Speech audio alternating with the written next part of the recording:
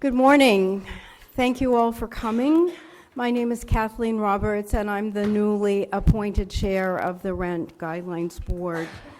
I'd like to welcome you to the board's first meeting of 2016. This is the first meeting in a series of public meetings and hearings to determine renewal lease adjustments for rent-stabilized housing units in New York City, with leases commencing or being renewed on or after October 1st, 2016, and on or before September 30th, 2017. I'd like to take this opportunity to welcome another new addition to the board, owner-member Mary Sarafi, who's sitting right over here. I look forward to working with you and with the rest of the board. I will now take roll call. Please respond if present. Harvey Epstein. Present. Stephen Flax. Present. Shayla Garcia. Present. Cecilia Hosa. Present. Sabil Rahman. Present. Helen Schaub. Present. Mary Sarafi. Present. Scott Walsh. Present. And Kathleen Roberts. I'm here. With the arrival of new members, I would be remiss if I did not recognize the contributions of two members who have left the board, Rachel Godsell and Sarah Willard Williams. On behalf of the board, I thank them for their service and wish them well. In your folder, you will find copies of the 2016 Income and Expense Study and the 2016 Income and Affordability Study, which will be presented at today's meeting. Our next meeting will be here at the Landmarks Preservation Commission Conference Room on April 14th, starting at 9:30 a.m.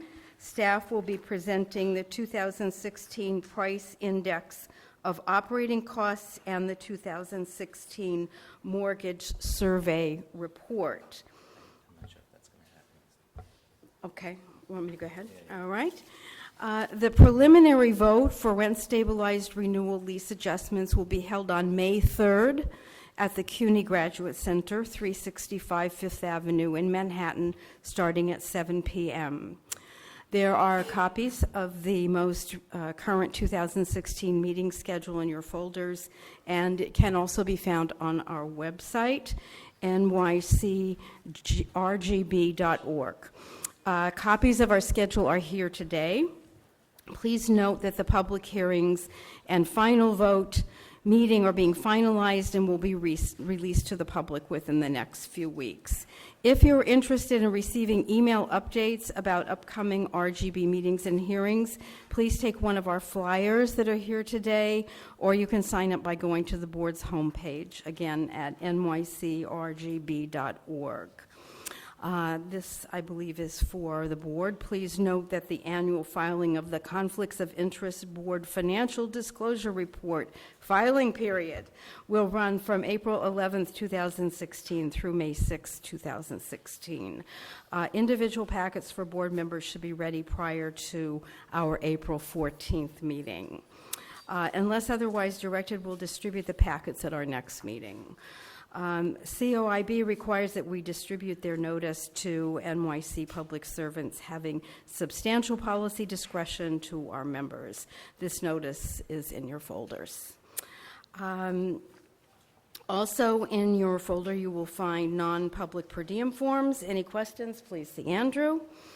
And finally, it's my unfortunate duty to inform you about the passing of Leon Klein, who was RGB's office manager for more than 30 years. Since I never had the pleasure to work with him, I'd like Andrew to say a few words in remembrance of him. For all of us who knew Leon, he was quite a character. And he served our board for 30 years faithfully and never missed a day of work, and honest as the day is long. He'll be missed. Thank you, Andrew. I will now introduce Brian Hoberman, RGB's research director, to present the 2016 Income and Expense Study. Please note there are copies of this report here today, and it will be made available on our website after the meeting.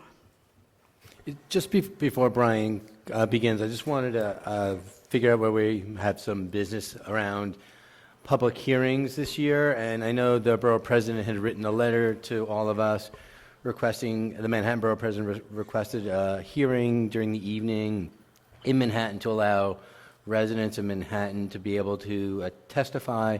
As members of the board in the past have noticed, the Manhattan hearing, it's usually between 2 p.m. and 6 p.m. during the day, which really doesn't allow Manhattan residents the opportunity to speak, after work, due to childcare issues, and she and tenant advocates really believe that it should be an evening hearing, an uptown evening hearing, and we are open to securing a space uptown, and we'd like that to be added to the schedule as soon as possible. So we want to take the opportunity to, whether can we do that now, or do we want to do that at the end of the two reports, but we do really feel like we need to grapple with that today.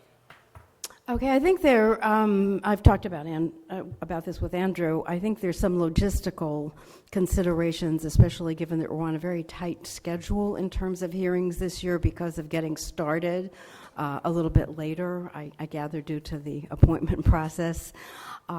So I think that probably what we need to do is take some time either offline or at the end of the meeting today to look at the schedule and also to talk about the logistics of getting space and whether that's going to be feasible this year.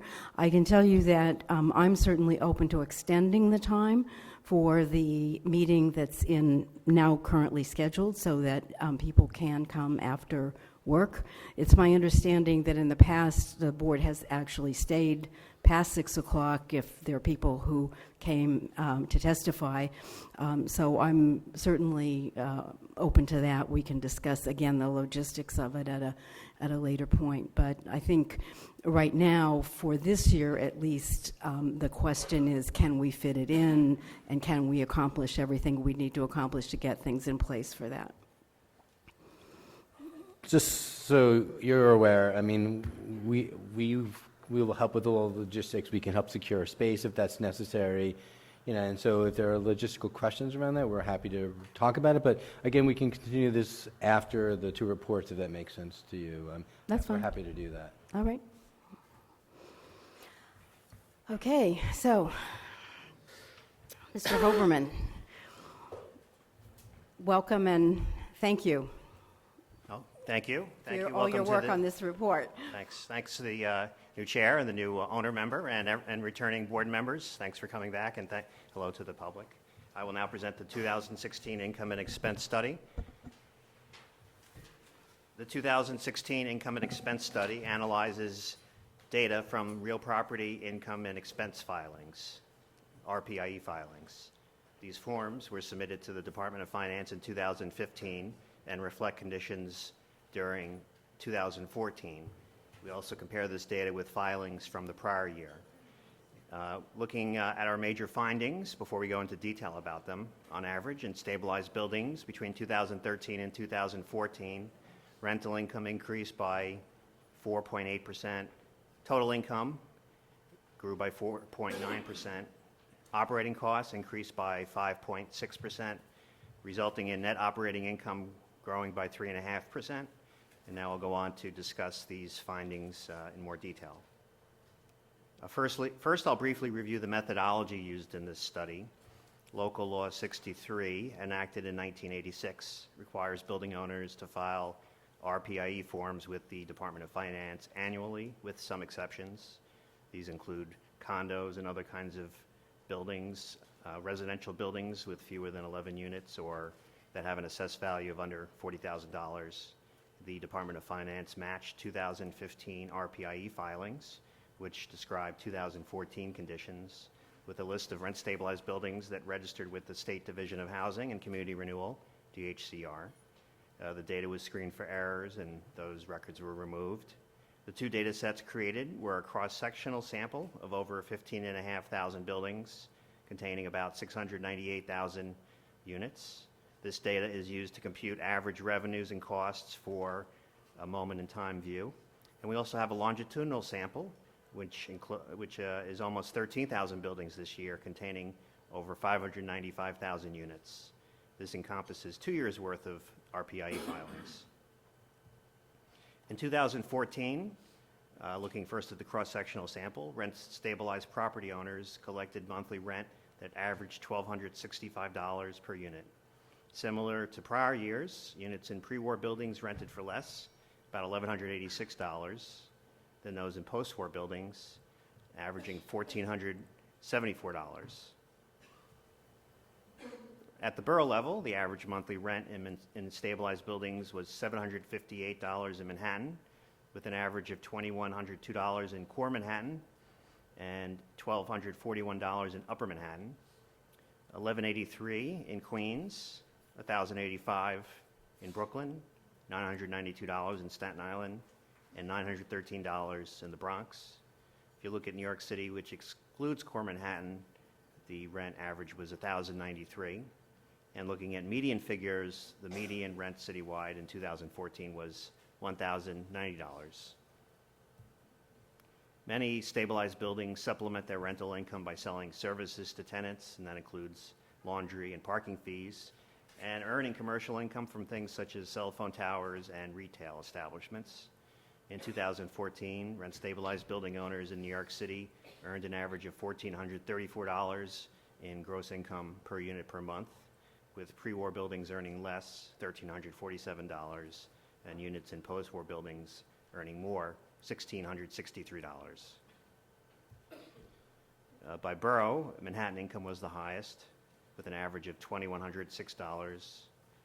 There was an average of $2,550 in core Manhattan and $1,438 in upper Manhattan. Elsewhere in the city, Queens averaged $1,259. Brooklyn's average was $1,162. Staten Island averaged $1,093. And the Bronx saw average income of $1,022. And New York City, excluding core Manhattan, average income was $1,180. And looking at median income citywide was $1,186.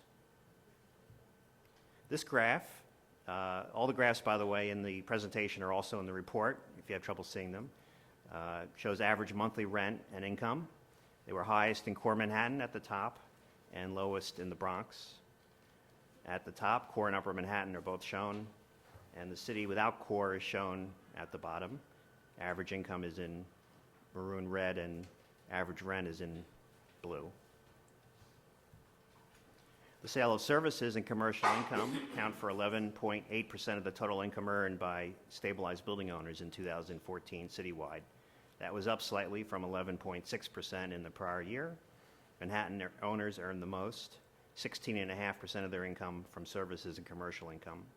Within Manhattan, core Manhattan owners received 17.6% from income from these sources, and upper Manhattan owners earned 13.7%.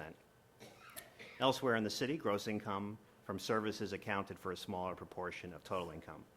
It was 10.7% in the Bronx, 9.2% in Staten Island, 6.7% in Brooklyn, and 6.1% in Queens. Two independent data sources, the Triennial New York City Housing and Vacancy Survey, the HVS, and the State Division of Housing, DHCR annual registration data, provide important comparative rent data to the collected rents stated in RPIE filings. A comparison of the collected RPIE rents to the HVS and DHCR rents is a good indicator of the overall rental market and reflects how well owners are able to collect the rent roll and the prevalence of vacancies. HVS data consists of contract rent, which is the amount stated on leases, and that includes both the legal and preferential rents. And DHCR data consists of legal rents that are registered annually with the agency. The latest RPIE and HVS data are both for 2014, and they show that the HVS average contract rent of $1,317 for all stabilized apartments was 4.1% greater than the RPIE average collected rent of $1,265 among buildings containing rent-stabilized units. In comparing RPIE and DHCR average rents, the gap between the two in 2014 was 23.3%, as indicated by the average INE rent of $1,265 and DHCR's average rent of $1,648. This graph shows the comparison between RPIE rents and rents registered with the DHCR since 1990. DHCR rents are legal rents, or in other words, the maximum amount that can be charged in rent-stabilized apartments. While we know that because of vacancy and collection losses and market forces, it causes owners to charge lower preferential rents, owners never collect 100% of what legally can be charged for a unit overall. This graph shows that on average, owners collected 76.7% of DHCR rents, or the maximum allowed in 2014. That was up from 75.5% the prior year. The gap declined from the prior year, which indicates that building owners are collecting a greater proportion of their legal rent rolls. Now we'll move on to expenses. The average monthly operating cost for units in stabilized buildings was $946 per unit per month. Costs were lower in pre-war structures, $907, and higher among post-war buildings, $1,047. Geographically, the average costs were highest in Manhattan at $1,333. Within Manhattan, expenses averaged $1,545 in core Manhattan and $1,013 in upper Manhattan. Elsewhere, expenses averaged $829 in Queens, $756 in Brooklyn. $756 in Brooklyn, $753 in the Bronx, and lowest on Staten Island at $749. The average monthly operating costs for stabilized building owners in New York City, excluding core Manhattan, was $794. In 1992, the Department of Finance audited expenses reported by building owners on RPI forms and found that costs were overstated by about 8% on average. Adjusting the costs in 2014 cross-sectional RPI data by about 8% result in an average citywide cost of $869 per unit. Operating expenses in buildings without commercial space are generally lower than in buildings with commercial space. The figures noted on the slides up to this point include expenses for buildings with commercial space. However, in our analysis, we can just look at the buildings that do not contain commercial space, and we found that the average monthly audited cost was $798 per unit citywide in 2014. Looking at median costs, which we do not use audited adjusted costs, we do not use audited numbers for these. The citywide median monthly O&M expense was $826, with Manhattan having the highest median costs at $1,108 and Staten Island having the lowest at $681. In between were Queens at $773, the Bronx at $732, and Brooklyn $699. This graph breaks down expenses by component and further splits them into pre- and post-war categories. Similar to past years, the largest share of expenses went towards taxes, followed by maintenance, administrative costs, and fuel. Post-war buildings, indicated in this graph in green, spent more on taxes, administration, labor, utilities, and miscellaneous costs, while pre-war buildings, shown in maroon red, spent more on maintenance, fuel, and insurance on average. The average expenses per month for all stabilized buildings is shown in blue. In 2014, 6.3% of buildings were found to have operating and maintenance costs greater than gross income, which we call distressed. That was lower than the 6.8% found in the prior year and the lowest proportion in 15 years. The vast majority of distressed buildings are pre-war. 93% of the buildings are pre-war that are distressed.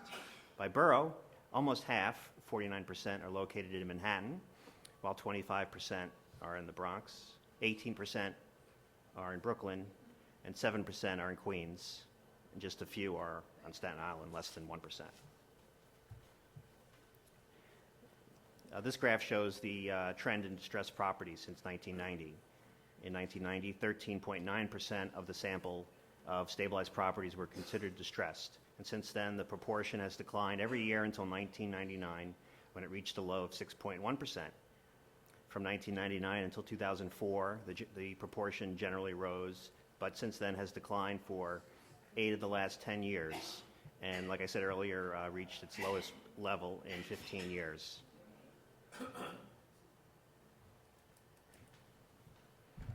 There's no direct way to know, there's no direct way to measure profit in the stabilized buildings in this study. We would need to know a great deal of individual building information, such as debt service, mortgage interest rates, and that is not available. Instead, we have two surrogate measures for profit: net operating income and cost to rent and income ratios. We'll look at net operating income first. The amount of income remaining after expenses are paid that is used for financing buildings, making improvements, and pre-income tax profits is referred to as NOI, net operating income. It's considered a good indicator of a building's financial health. In 2014, rent-stabilized apartments averaged $488 of net income per month. Units in pre-war buildings averaged a little less, $440 per month, and units in post-war buildings averaged a good deal more at $616 per month. Average NOI per unit in residential-only buildings was $437, 10.4% less than the average for all rent-stabilized buildings. In 2014, NOI averaged significantly different by borough. Manhattan had the highest NOI at $774 per unit per month, with core Manhattan units having significantly higher NOI at $1,005 than upper Manhattan units, which on average, they average $424. Elsewhere in the city, NOI in Queens was $430, followed by Brooklyn at $406, Staten Island at $344, and the Bronx at $269. Units excluding core Manhattan, elsewhere in the city had an average monthly NOI of $386 per unit per month. The second surrogate measure for profit that we mentioned is the cost to rent and cost to income ratios, which reveal how well the building stock is doing. Cost to income ratios can be used as a tool to evaluate a building's financial health, making the assumption that buildings are better off by spending a lower percentage of revenue on expenses. In this graph, the audited cost to income ratio is shown in red. It's the bottom line on the graph. In 2014, operating costs were 60.6% of gross income, 0.1 percentage point lower than in the prior year. This means that owners on average spent on costs a little more than 60.5 cents of each dollar of revenue that they earned. And looking at unaudited expenses, the cost-to-income ratio was 65.9%. This graph shows the proportion of total income spent on audited operating costs since 1990. After falling for several years, it began rising again in 1999, rising until 2005. But since then, it has fallen in most years, including this year. The cost-to-rent ratio, which is the second line, it's shown in blue, and the upper line, followed a similar trajectory over this time, and it remained at 68.7 this year, the same as last year. Using unaudited expenses, the cost-to-rent ratio in 2014 was 74.8%. That also was unchanged.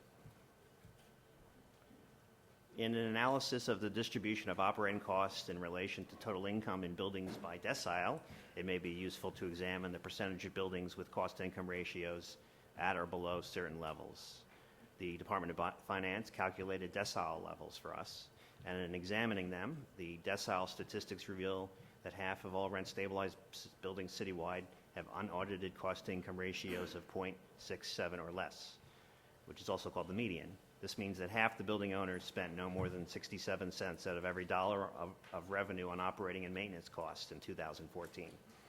There's another example. If you look at the 70% decile level citywide, 7 out of every 10 buildings pay no more than 76 cents of every dollar of revenue on O&M costs, and 3 of 10 pay more. The complete table of all 10 decile levels citywide and by borough can be found in the report in Appendix 8.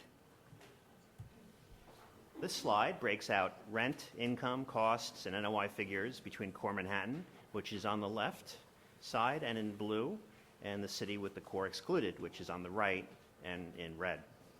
As the graph shows, average rent, income, costs, and NOI are a great deal higher in core Manhattan compared to the rest of the city.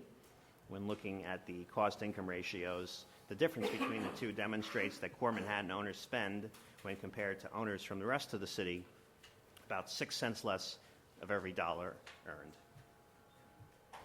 This graph is useful because it shows changes in income, rent, expenses, and NOI citywide over a 2.5-decade period since 1990 and takes inflation into account. During this period, income, which is in maroon and on top, was up over this entire period, and inflation adjusted 35.3%. Rent, the second line from the top and in blue, was up 33.6%. Costs, the third line from the top and in green, were up 31.8%. And net operating income, represented by the bottom light blue line, increased over this period by 42.8%. Note that this is an inflation-adjusted point-to-point comparison, where the changes are shown from over the period from 1990, when a significant RPI sample size became available to us, and 2014, which is the most recent year data is available. These graphs represent the same time period as the graph on the last slide, but break it down by borough. These graphs show that while the actual inflation-adjusted income, rent, cost, and NOI figures are far higher in Manhattan, the percentage increase in NOI was not the highest in Manhattan. Brooklyn, at the top right, saw the largest NOI increase over this entire period, up 86%. Queens, at the bottom left, had the second highest NOI increase, up 57%, followed by Manhattan, at the top left, up 44%, and the Bronx, at the bottom right, the NOI was up 33%. We will now move on to the second part of the income and expense study, which is the longitudinal analysis. The longitudinal sample encompasses properties that filed RPIE forms reflecting conditions in both 2013 and 2014. By doing the longitudinal analysis, we can more accurately track changes from year to year as the same buildings are being analyzed. Average rent collections in stabilized buildings rose by 4.8% in 2014. Rent collections in pre-war buildings grew by 5%, greater than in post-war buildings, which increased by 4.3%. Rent collections increased the most among the smaller 11 to 19 unit buildings, up 5.7%. Mid-sized 20 to 99 unit buildings rose 5%, and rents grew 3.9% among the largest 100-plus unit buildings. And looking at median rent citywide, it was up 4.8%.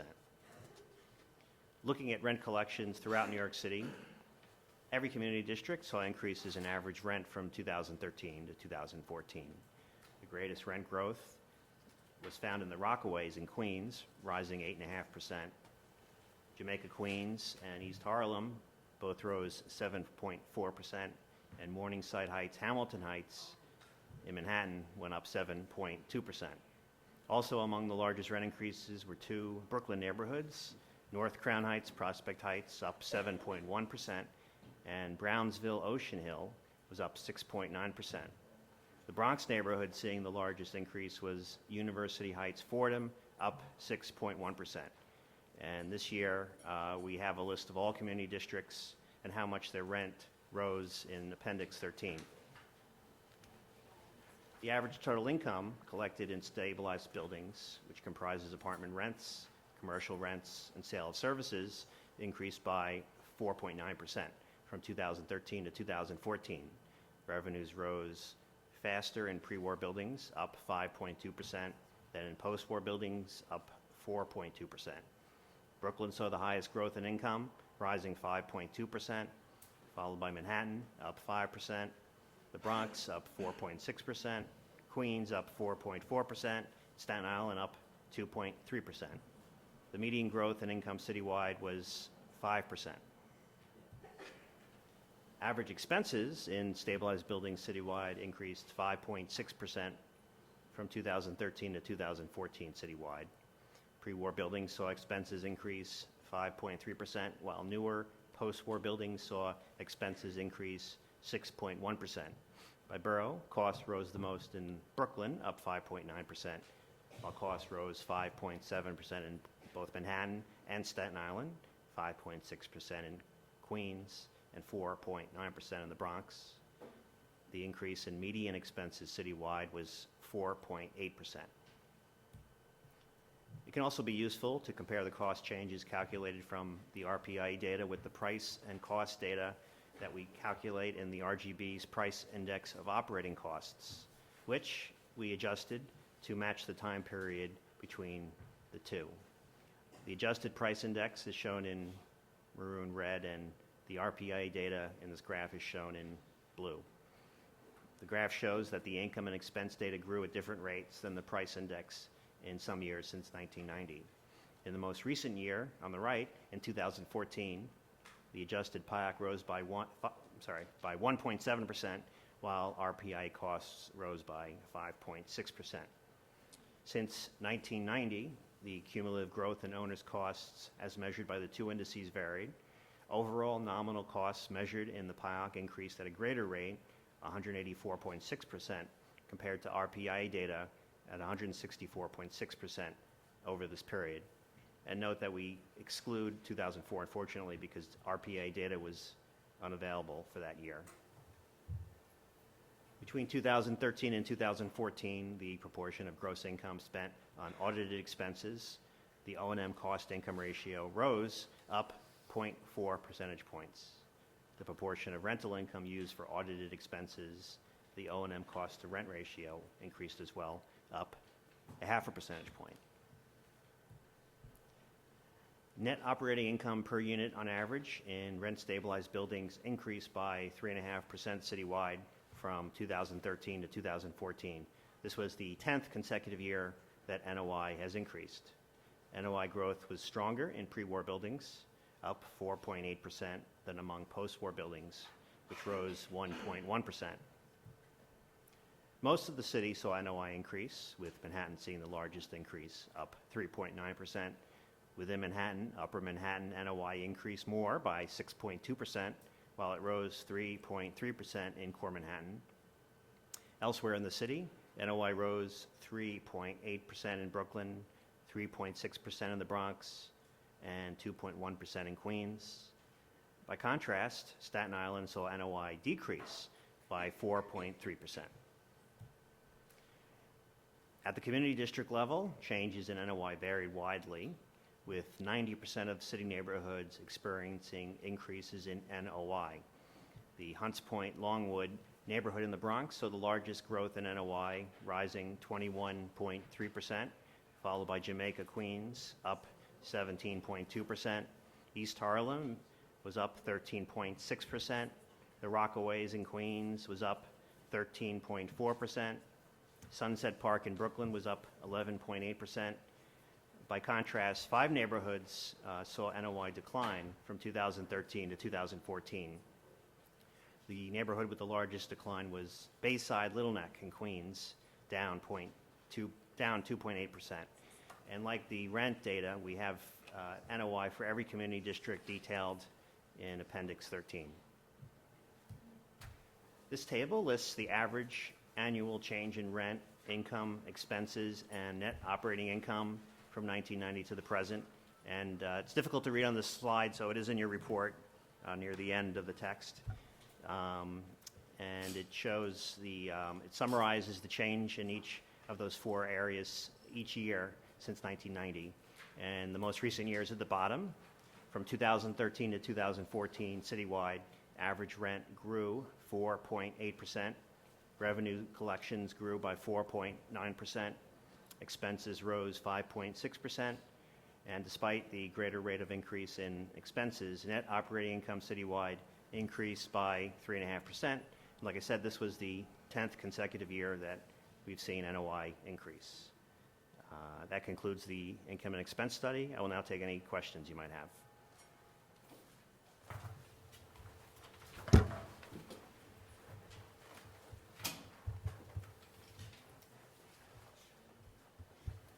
Go ahead, Scott. Hi, Brian. Thank you for your study. Can you just explain a little bit more about the auditing of the financials from 1992? Was that was a one-time occurrence? Or Yes. that data set gets audited annually as a comparison point? We have a couple of points in the report where we mention audited figures. Generally, most of the numbers we report are not audited figures. It's Yeah. noted where they are. We haven't been able to arrange an audit with the Department of Finance since then. We continue to use that figure. Okay. We're not aware of any change since then, but like I said, I'm not sure what the process would be to arrange for another audit. I guess. So I guess this is a little bit of a question for the chair and for Andrew. 1992 is almost 25 years ago, so this board's been around for less than 50 years. It would seem like it would be prudent for our board to be able to get, if we're going to continue to use that to increase up or increase down numbers in the study, that we would get that more in line with what is going on today. I mean, 1992, there was very limited use of computers by the city. I mean, I do think probably these RPI statements are probably more accurate today than they were in 1992, but it would be good to have it audited to know. That's my only question for now. Yeah, no, we can certainly speak with finance. We've done that before, and the complications of doing that. But I think it's important that as we go further from that date, we do report the unaudited numbers there, and allows you to have both of them and then make your decisions from there, because we do want to, because I recognize certainly that it has been 25 years. So, but we can approach finance again certainly and see what they can do. I guess my point is, I think as the time goes further out, we probably analytically can't keep it in the data set, even though it is good to have both comparisons. So. Andrew, just following up on that, what is finance's response if we've asked over the years to get audited information? What have they responded saying, and why have they not been able to go forward and do an audit? It's a question of doing putting the resources toward it and doing an audit. I would have to talk to that. There's since we last requested it, there's new folks there, new administration, whatnot. So maybe we can, have someone, work on doing audits for us. So I don't want to disparage finance not approaching them again, and I certainly will, and we'll see what they'll say. So we can, we don't have the power to audit folks on our own. So finance would have to be willing to do that. So. Scott, is the issue the longitudinal time frame, or is it the audit, or both? I'm just saying we're taking the audited to make a statement that perhaps the reported figures are too high, right? And so we're then showing a lower number as part of the analysis. I'm just saying it's been 25 years since that audit took place. I would just like to know, 25 years later, are people still reporting? It's a garbage in, garbage out, right? So have people improved in reporting? I mean, when did the RPIE statements begin? Like, where does 1992 fall within the history of owners doing RPI statements? I don't know the answer. Yeah, they be. Well, our report this chart, which I summarized the report at the end, goes back to 1991, which is when we had a substantial number of buildings in our survey. And by the way, this does not include audited information here. So, in the longitudinal No. I realize study. this one. I realize this one isn't. I'm just saying from a obviously we have important decisions to make, and that just a little bit sticks out in the report or something. 25 years later, like, and I am sympathetic to, as a group, your ability to push the city. And I guess that's where I'm just asking if the chair can use her weight as well to encourage the city to provide the board with timely data that we all can feel confident reflects the reality of today. Other questions? Yes, Sabil. Thanks, Brian. I'm wondering if you could say a little bit more about, it looks like there were a couple of community districts where the rent change was, there was a high rent change, but the NOI change was low or negative, and I'm just wondering what's going on there, if you have any insight on that. Yeah, we get the data. It's already been summarized for us. Unfortunately, there's no way to know actually what's going on beyond this in each of the community boards. So you can only speculate about it. I'd be resistant to say any reason why. You don't want to venture a No. speculation?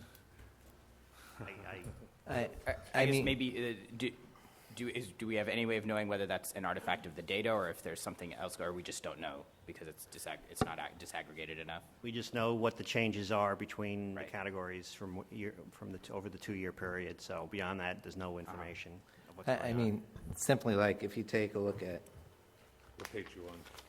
page 29, and if you look at Queens, Community District 408, which is Hillside, Fresh Meadows, you know, to your point, the rent went up 4.5%. Change was rent change, but NOI went down minus 1.7%. That's what. In that case, simply expenses were higher in that particular community district to the point that they lost NOI. So the average expense cost.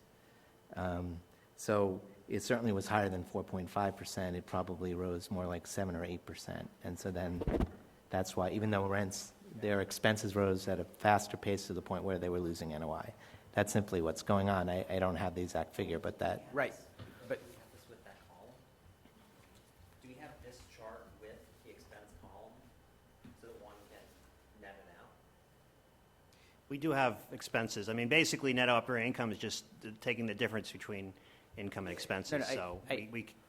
right, no, I get that that's the difference. I guess what I'm wondering is, it's in some of these community districts, that gap is, that's divergence is much wider than others, and I'm just sort of wondering if you have It's any just the insight on it. it's the expense profile of the buildings that filed in that particular community district is what's happening. I think, you know, I don't think the data is incorrect. I think it's just that that's what's happening in that community district. But I do think on this chart on 29, if we had the NOI over time, it'd be great to see based on neighborhood, like if we had even a 5 or 10 year profile of what NOI was neighborhood by neighborhood, that would be useful information to us to look at. If NOI, like in Greenwich Village, the change is 4.1% this year from over 1 year from 13 to 14. What is the change of NOI over the last 5 or 10 years per neighborhood? Because we're seeing an NOI change, and we know that NOI has improved. It gotten better for the last 10 years. But is it really driven by certain communities, or is it driven citywide? And that would be really interesting information for us to have if we could have this breakdown over a larger period of time. We have been collecting the community district data for several years. We can go back and collect it as far back as we did and put it into a table, if you'd like. Yeah, if there's a way to collate that by the community district, I agree, Sure. that would be really helpful. And also the percentages, not just the change in percentage, but the baselines. I think that helps us understand what the change means. This is part of the longitudinal study. I mean, so we look at buildings that report 2 consecutive years. If we were to go back and report that going back prior years, we tend not to report actual dollar figures anywhere in the longitudinal section. So for the community district, since there are many fewer buildings in each community district, and we throw out the ones with the fewest, but I think I would be reluctant to put in dollar figures, but I would recommend percentages for that So personally. I think that's fine, but even the NOI percentage versus just the change in NOI. See what I mean? I'm sorry, what's the Not the distinction? dollar figure, but so often you're talking about NOI as a percentage, as a ratio. Mm-hmm. So just putting the ratio in versus the change in the ratio. That's all I'm saying. Okay. I have a question about the distressed buildings. Do we have a breakdown by neighborhood of what those No, we numbers don't are? receive the specifics by neighborhood. Is there some correlation of why you think the trend is down and what? I mean, it's just, you can speculate or, based on other factors in the report. I can't say why. Brian, is that available? That data is not available, or we just don't collect it? Well, everything we get in this report is produced by the Department of Finance, so we're not actually collecting the data ourselves. So we take what they give us, and I mean, they give us collectively by borough, but not by community district. And distressed buildings, since there's so few buildings in each district, I don't know if there would be enough buildings in most of the districts to count But if they're necessarily. clustered in certain neighborhoods, that would be really good, or if they're just distressed across this Right, we borough. can certainly ask to finance and see if it would be available, but we'd have to see. I think, too, to follow up on that, I mean, I think both owners and tenants can agree on this. A building, when the income and the NOI and the expenses are equal, is actually beyond distressed, because most likely they do have financing on the building. So we really almost need to see distressed buildings in quartiles, because there's probably many more buildings that could be going into distress because they can't pay their mortgage. So we're not really getting quite deep enough to quantify it, I don't think. And what does the distress actually look like? Is it financial distress? Is it like, what is? This is just basically where expenses exceed income. That's the only definition that we can use for this report in terms of mortgage payments. Like I said, we don't actually have that information, so we can't look at that. I mean, I think that's why we included the decile information in the back, so you can take a look at what's at, like, say, what's next, which would be at the 90th percentile, and I think that's Appendix 10. But if distress doesn't connect Not to 10. NOI, Andrew, if we can align up distressed properties in relationship to NOI, that's really good information. If we have the distressed property list relationship to neighborhoods like we're getting NOI, then we can figure out there's a correlation between NOI increases or decreases in distressed properties. And if there is a correlation, that's helpful information. But if there isn't, then we need to figure out why there are other factors that are relating to the distressed properties. If they're all in neighborhoods where there's a loss in NOI, that's an interesting correlation. But if it's not, we have to think about other factors. I mean, we could certainly request finance to run by community district distressed buildings, and we could, if we get that, we could put it, I guess, in with the other data, so you can take a look, whether they run it or not. But they may. I don't, see what they can do. I have a question, which is, what is your understanding of the reason for the significant differences in the numbers for RPIE, DHRC, and the RGB rent adjustment? Well, there are different data sets. The Department of Finance data is filed basically by every building in the city, though we don't include them all. There's certain categories that we mentioned in the report that we don't include. So that's the largest number. And DHCR buildings are buildings that have registered, owners that have registered their rent-stabilized building. And, there's been a question as to how many building owners are not registering. We can't collect that information if they don't register. And the rent index, I think, was at the third part. That was something that we calculate. That's not based on, it's based on, I guess, the PIOC. A combination of the rent index is the PIOC and anything else. Andrew?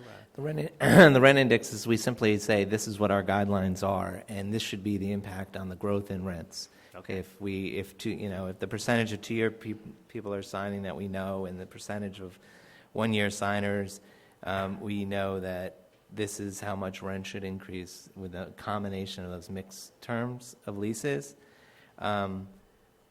So, of those three numbers, generally the RPIE will be the lowest, because simply it's reported income that they gathered over the course of time, and rent collections usually are not 100% for whatever reason, and so that RPIE number tends to be lower. It's not always been that way than what our rent index is, because it can be higher because there's other increases owners can take beyond what we do with this board.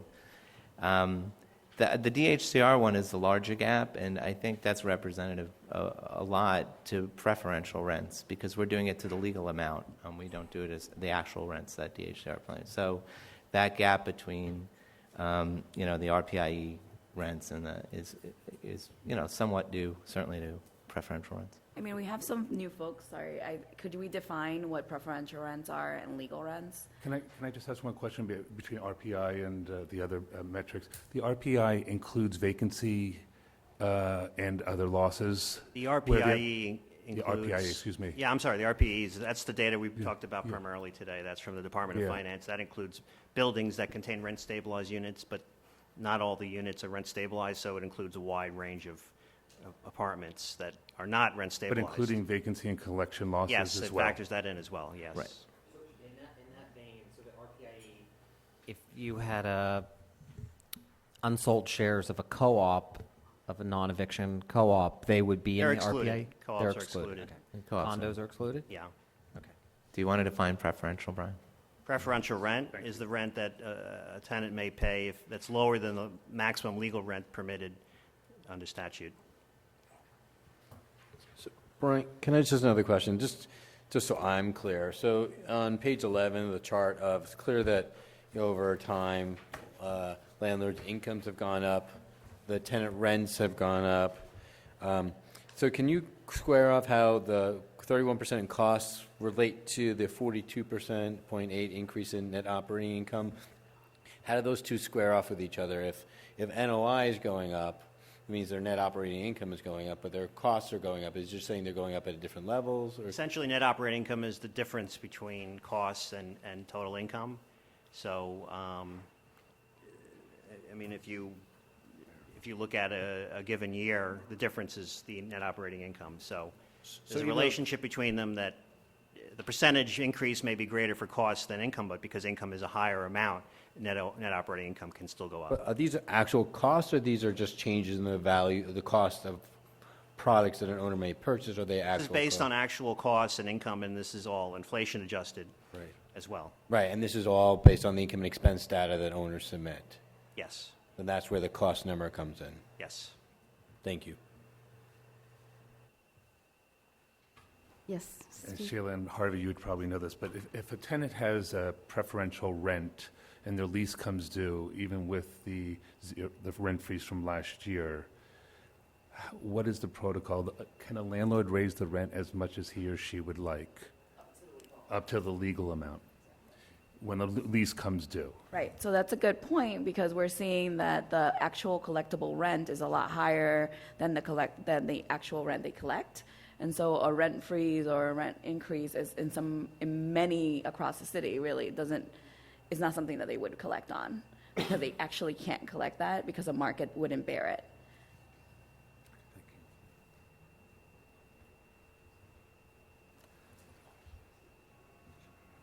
And Brian, I don't know if you're getting current data, but I know data we had last year from HCR said 28% of all stabilized leases had preferential rents. I thought it was 28%. 28 is correct, yes. Yeah, 28%. So I don't know how that factors in. So basically almost a third of tenants in rent-stabilized housing are on preferential rent. So to your point, Steve, even if there's a rent freeze in a one-year lease, even if they took that one-year lease, the owner could still increase to whatever level they wanted up to the legally regulated rent, even with the rent freeze in place. And then just on folks that are locked on to a 2-year lease, who don't have the option of another lease renewal, wouldn't even benefit at all. So that would be majority of rent-stabilized tenants, because most folks sign 2-year leases. And this phenomenon would be captured in the income data, correct, going forward probably, because this is 2014 data, right? And the 1% and the 2%. The most recent is 2014, yeah. So it would be captured later. The, yeah, well,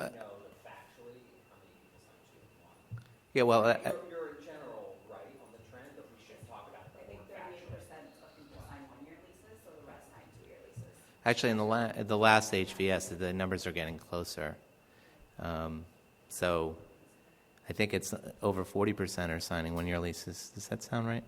Yeah. Yeah. They're getting closer as those 1-year options in the last, have been taken. So it is getting closer. But there still are more 2-year lease signers.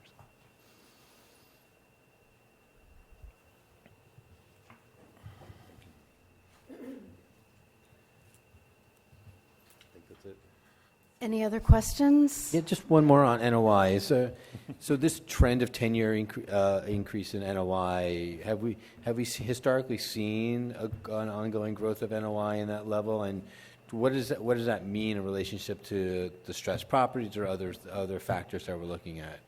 Well, distressed is a separate, if you look at distressed, that's from the, that's on page 8, the graph, and that's from the cross-sectional sample, but the longitudinal sample looks at the change in NOI each year, and that's found on page 16. That goes back to 1990-91.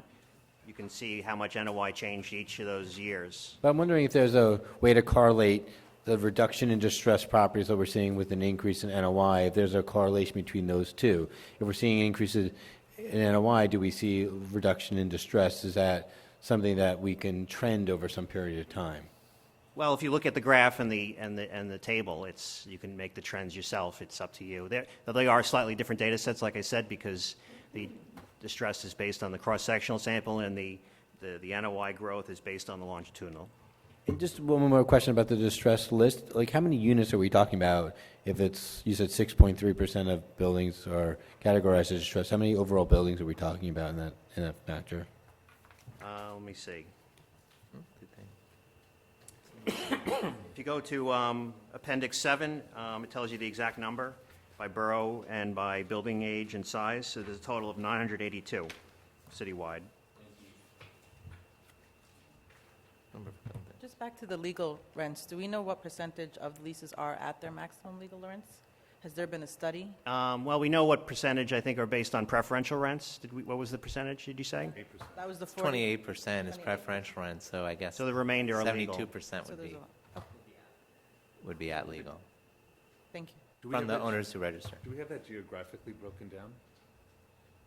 Geographically broken down. No, I'd have to look at the questions. I don't think so. I don't think it's by borough. I'm pretty sure it's not, but I can, You can find it may be. We asked a series of questions for those folks who are new.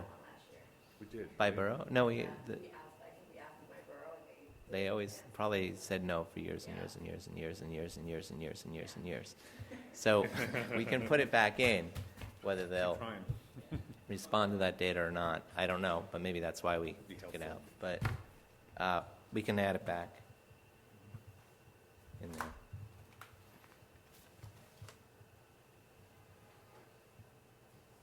Last call. I think we're ready to move on to the next report. Thank Okay, you. thank you.